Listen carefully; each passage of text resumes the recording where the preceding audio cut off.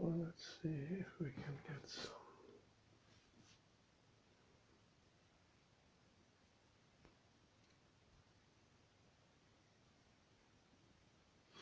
So most welcome to 764 of the H series. And today is gonna be a little practice or introduction to practice in a very dimly lit little room. And I'm going to show here how you can train your proprioception. Proprioception is our central directing sense for movement. This is how we once learned to move. That is without using sight. Sight was not part of movement from the beginning. Small toddlers can barely focus beyond 1.5 meters, but still they can move about. And what they do is they move from the inside. And that is actually how movement always should start. And because we human beings, well, at least Western human beings, have started to guide ourselves by vision and sight, we are sort of destroying the balance every time we look for direction. Every time we look into the world for some way to walk about, we're doing it in the wrong order. The correct order is first to move and then to look. And the difference, this is very important, doesn't have to be more than a millisecond. So it's very hard to observe whether a person first move and then look, or look first and then move. But the important thing is to have it in that order. Movement should always come from within. And to demonstrate this, I will ask Kalle here today to start with a simple practice. He doesn't have to do anything yet. I'm just going to go through easily. And how we train this is by not using vision for doing ordinary everyday things, like moving or sorting things. For this first practice, we're going to keep it very basic. But I would recommend that we do some sorting, some sequencing next time, putting different stuff in 1, 2, 3, 4, 5 order, maybe up to 6. I noticed that training is very good to have a limited amount of different details, learning to recognize them, and then in the end ordering them every day by hand. I can actually show what I order every day. Just gonna give me a second here.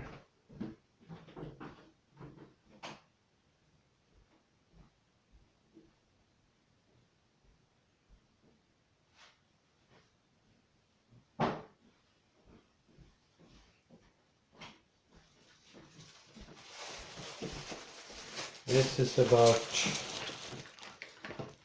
these different things. Could it be?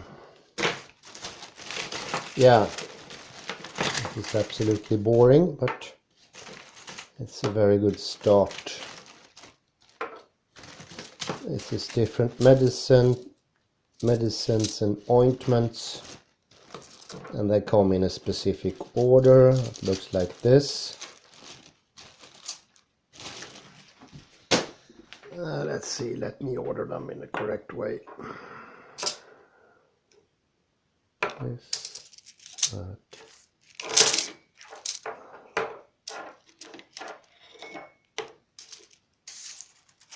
There you go. So it's 6 things, and I ordered in this order every time. And it took like 10 times to learn me the order, but amazingly it didn't take that long to recognize the object. And what I learned while I did this in darkness, it actually, weirdly enough, felt much more natural to do it with my hands without looking. It's like I got a better connection to the things I touched. Somehow my connection was smoother. It wasn't so hard, so to speak. I didn't grab the things as hard as I usually do. My touch became softer. And that softening of the touch, I can just use your hand. That softening of the touch, this is more sensitive, the fingertips. That is better proprioception. That's a good sign of better proprioception.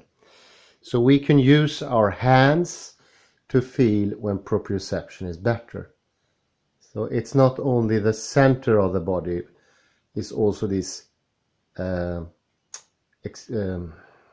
small things like fingertips. Because I told you many times before that the hands has a lot of nerve endings, quite amazing amount.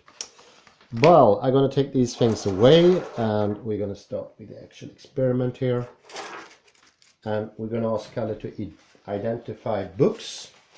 And this is the fun thing, because we see those things when we are awake and using our eyes. But it's quite another thing to touch them and recognize them by touch alone. So we have to ascertain first that, can you see, Kalle? No, I can't see anything. And you won't peek? No, I won't see it. Because it's counterproductive. I want to learn. Yes, I'm going to arrange these books in another way, so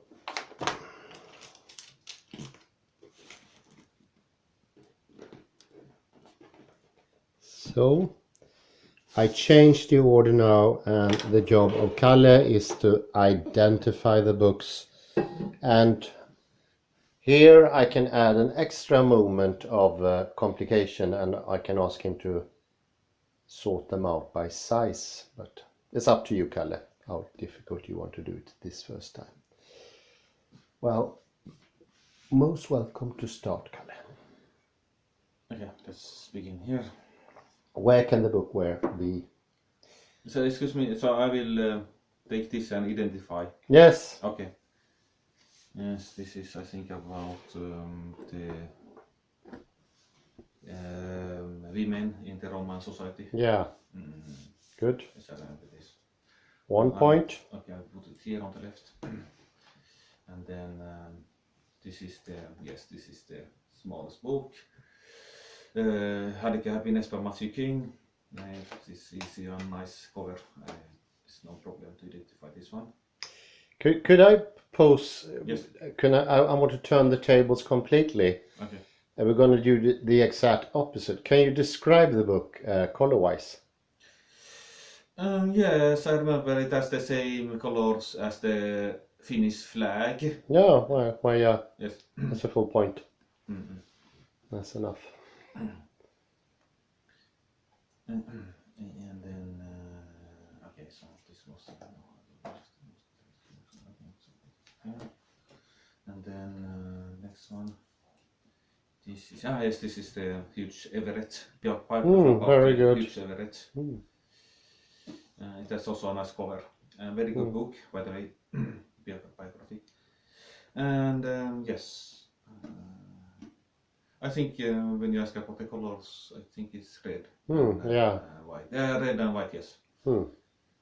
Correct. Okay. Very good. Okay, so and then let me see.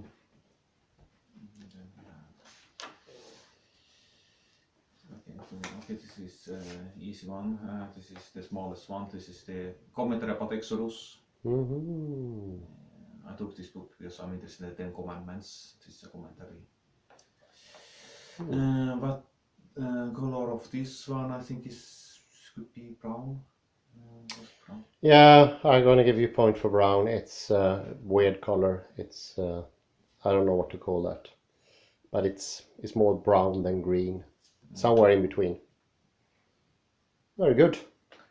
And the last one, I even remember what this was. It should be the New Testament in Greek. Yeah, I think Kalle did a much better job than I did the first time I did this. And it's interesting, you will notice as you train this that you get better and better, and you will change your feel for the things you have around you. And what happens little by little when we look at the things, our vision on the things is going to be lighter as well. This sounds weird, but you will notice what I mean when you try it. And I have to add also, this idea came originally to me from Jan Eiskens. He's not the only one, but Jan Eiskens noticed that blind people moved about in a much smoother way. And he was really surprised, because it should actually be the opposite. Because they should be afraid of moving about, and that they are in a bit. But actually, just the fact they're not using the vision is such a positive effect to them moving about, so it's still much better than ordinary seeing people. And this is an amazingly simple exercise. Everyone can do it. And there are two ways you can go. I tried both. You can opt for complete darkness, as Kalle has now. You can put something through your eyes, on your eyes I mean. Or after a while, when you get the discipline, you just shut your eyes. The second alternative, that is to be in darkness, no lights, shut the door. But that will only work in certain places, like room number 9, who doesn't have any windows or any light sipping in. Well, not air even. Well, if you may, Kalle, could I put you for a rather harsh experiment? Could you get up and very slowly, I beg you, very slowly try to walk where you think the door is? I'm going to stop you before you hit the wall, but do this rather slowly. I'm interested in other stuff.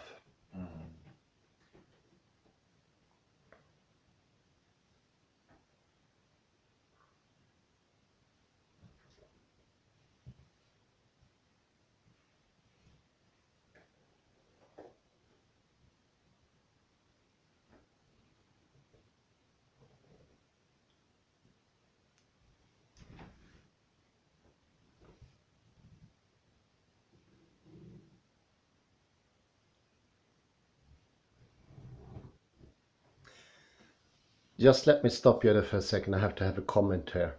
Here we can see the system is desperately trying to localize. So there's a tension in the neck breast region. But the odd thing, the proprioception is already combating or directing in a better way. You're actually straighter than usual. So this starts to work almost immediately. Sorry, do continue to walk towards the door.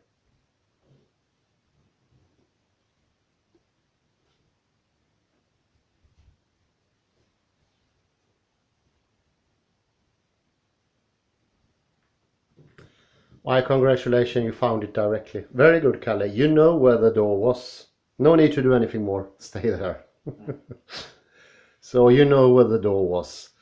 And one thing I have to add, maybe after trying things 5 or 6 times, you realize you actually know where the things are because your body has been there before.